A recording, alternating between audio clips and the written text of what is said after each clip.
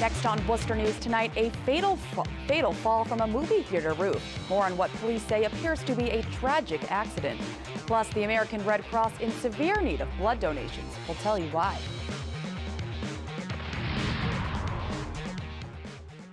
Thank you for joining us. I'm Catherine Andrioli. An employee at the Medford Wellington Service Company has died after an accidental fall on Tuesday. The 54-year-old man was working on the roof of the movie theater at the Blackstone Shops in Millbury. Our Rosalind Flaherty has more.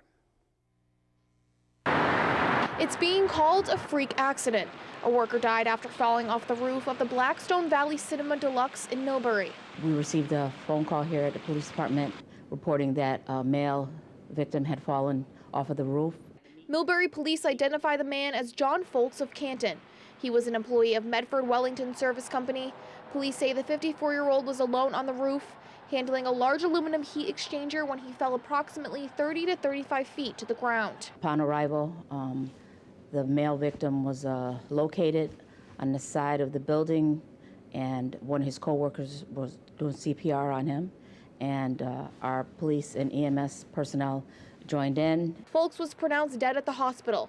Co-workers knew him as Brad. His employer released a statement reading in part, "The matter is under review now as the health and safety of our workers is our top priority. We were absolutely devastated and our heartfelt condolences and prayers go out to Brad's family." I'm here all the time. I live right down the street, so it's very shocking. The movie theater is part of a busy shopping area, but police say there were no witnesses and the fall appears to be an accident. We hope that accidents like this do not occur again in the town of Millbury. Rosalind Flaherty, Worcester News Tonight. Jewish community centers across the country received suspicious robocalls today, including the JCC right here in Worcester. This JCC on Salisbury Street was evacuated today after the calls. Worcester police saying the threat was phoned in to the preschool.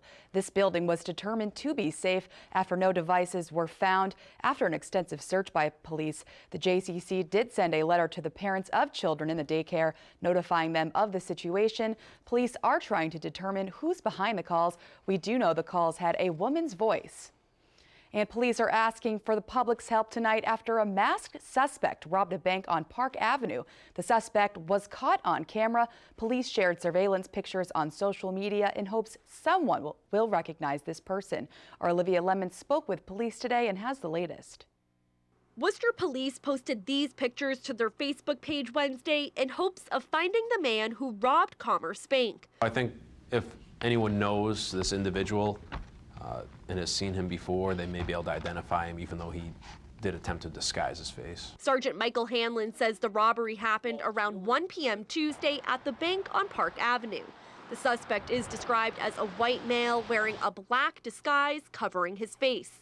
He apparently entered the bank and handed the teller a note. Hanlon says the suspect was able to get away with some money. He fled on foot in an unknown direction. I'm very shocked because this always seemed like a very safe bank. I use it all the time. I use the ATM at night even. When we showed bank customers the surveillance pictures, some were shocked to see the suspect's disguise. I think that is outrageous. You know, as far as I'm concerned, that's as much of a crime as taking the money. Trying to pin it on someone who's black. Well, I'm surprised because I think this bank just got robbed like a week or two ago. Police say the investigation is active and are hoping the surveillance picture shared on social media will develop some leads. Oh, absolutely. Usually that works. Somebody will phone it in. Yeah, I think that's a very good tactic, and I hope they find him very soon. Olivia Lemon, Worcester News Tonight. And today, the city manager announced Worcester's next fire chief will be Michael Lavoie. Lavoie is currently a deputy fire chief. He's a 30-year veteran of the department and was runner-up for the chief's position back in 2015. Chief Jeffrey Gardell will be retiring on January 21st. In a statement from the city manager's office, Lavoie says, "I am honored to take the role as Worcester's fire chief. My biggest goal is to leave the department better than when I found it." Chief Lavoie's appointment is effective on January 22nd. The city of Worcester is looking for developers in hopes of redeveloping the old Worcester County Courthouse. The city announced Wednesday the property is up for sale and they are seeking developers to take over the historic building. And the property is listed on the National Register of Historic Places as part of the institutional district. According to the city's website, interested developers can tour the property on February 9th and on February 23rd.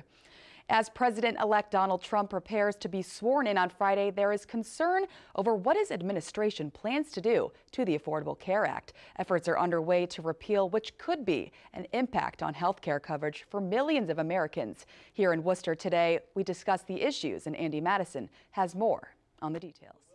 They represent some of the largest healthcare companies in Massachusetts.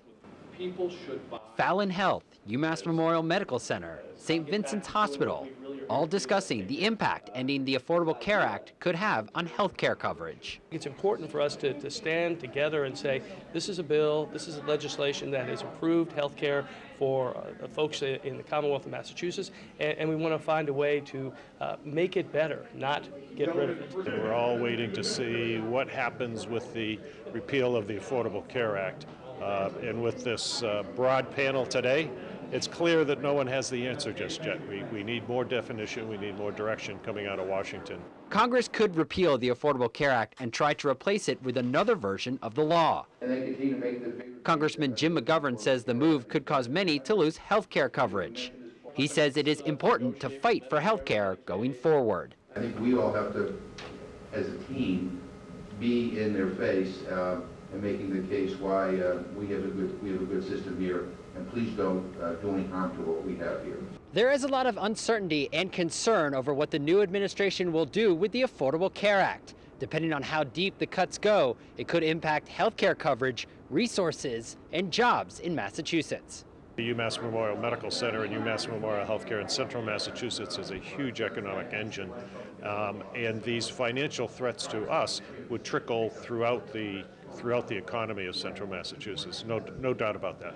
Muldoon estimates getting rid of the Affordable Care Act could impact millions in Massachusetts and possibly many more in future years. At the moment, there are many possibilities, all dependent on what the new administration does.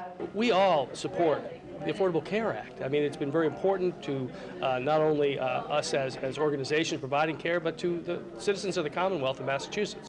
Andy Madison, Worcester News Tonight. Worcester police are investigating an armed home invasion on Falmouth Street. It happened on Monday night. Police say the suspect stole the victim's vehicle and fled when they crashed it nearby.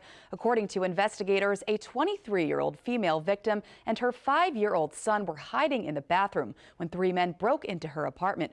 One suspect entered the bathroom and allegedly held a gun to the victim. The suspect stole her vehicle and a small amount of cash before fleeing. No injuries were reported. Anyone with information is asked to contact Worcester Police. The American Red Cross says they are in serious need of blood donations after the holiday season. A spokesperson from the American Red Cross tells us blood donations are down this year and there's a severe shortage of donations nationwide. They say inclement weather has impacted several centers from holding blood drives. Many had to cancel them this year. You can visit your local American Red Cross blood donation center if you would